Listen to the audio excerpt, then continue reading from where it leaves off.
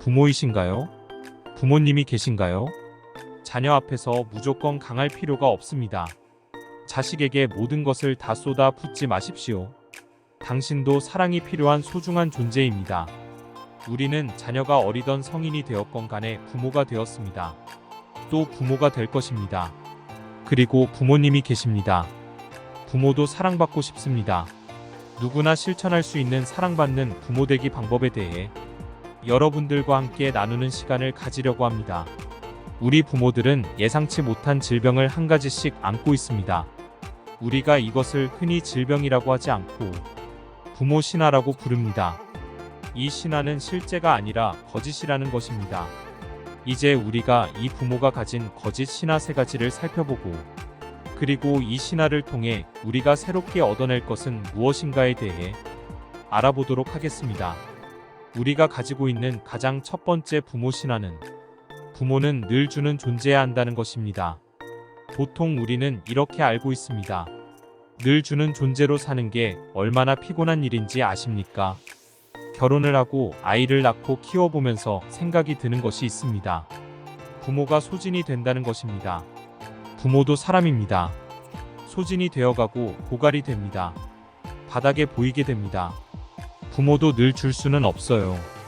그리고 아이를 키우는 분들은 아시겠지만 아이를 키우다 보면 반드시 본전 생각이 납니다. 학원비를 못 해주면 또 살짝 속이 상합니다. 아이가 제때 해야 될 부분을 제대로 못 해준다면 아이에 대해서 우리가 또 가차없이 폭력을 행사하게 됩니다. 이런 폭력의 유형은 여러 가지입니다.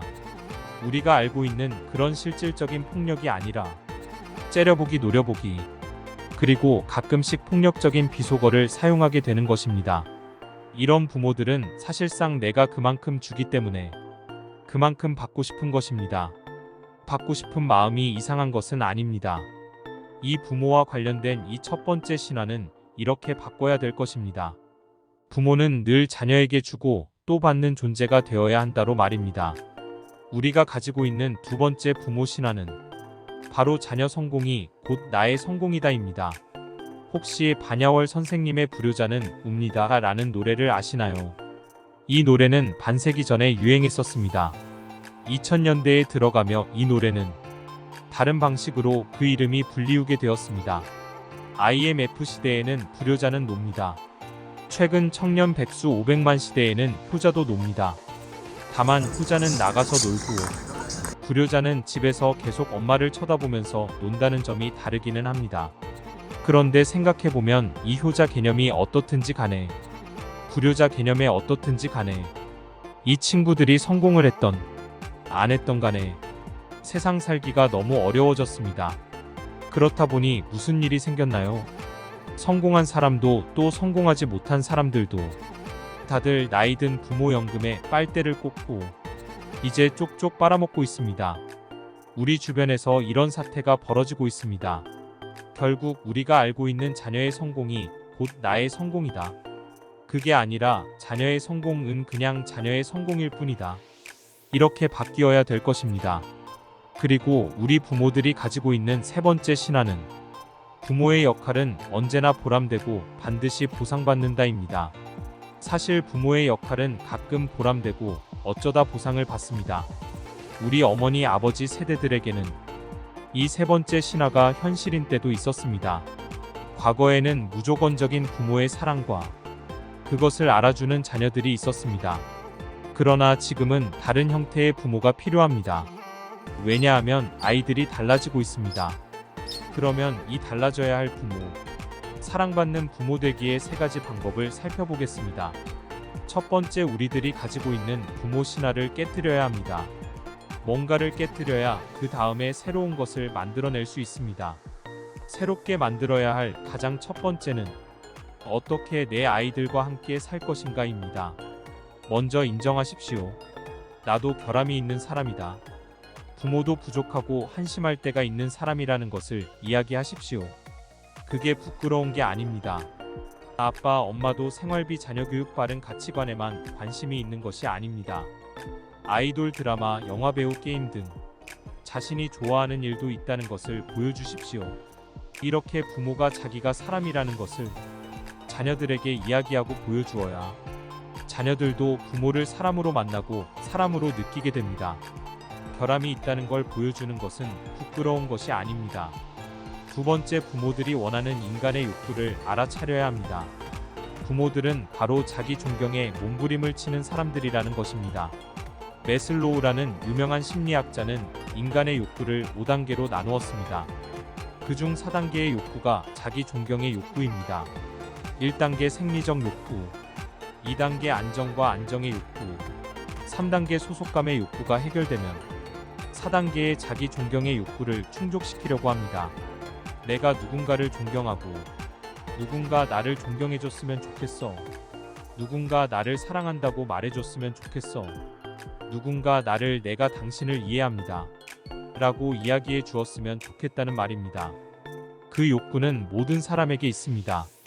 부모도 그 욕구가 충족되어야 아이를 제대로 사랑할 수 있습니다. 세 번째, 부모들의 이런 자기 존경 욕구를 고백의 언어로 표현하는 것입니다. 어떻게 우리가 가지고 있는 이런 욕구를 설명할까? 어떻게 표현해야 할까? 나의 이런 마음을 아이들이 어떻게 알 수 있을까? 고민하지 마십시오. 그냥 아이들에게 사랑해달라고 이야기하십시오. 사랑한다고 말하지만 말고 사랑해달라고 조르십시오. 그리고 아이들 앞에서 우십시오. 이 세상 모든 남자들은 사나이 컴플렉스에 사로잡혀 있습니다. 남자는 울면 안 됩니다. 딱 3번만 울어야 합니다. 첫째, 태어날 때, 둘째, 부모님 돌아가셨을 때, 세 번째, 울고 싶을 때 우십시오. 그게 바로 사람이 할 수 있는 일입니다. 부모로서가 아니라 사람으로서 할 수 있다는 이야기입니다. 더 중요한 것은 우는 모습을 보여주는 것입니다. 감출 필요 없습니다. 우는 게 범죄가 아닙니다. 여러분들이 아이들 앞에서 울어야 아이들도 내 부모가 울 수 있는 사람이구나. 그 다음에 아이들에게 나 좀 안아주라고 이야기해 보십시오. 바로 이 이야기가 고백의 언어입니다. 아이들에게 하는 그 사실의 언어는 아이들에게 전달력이 없습니다.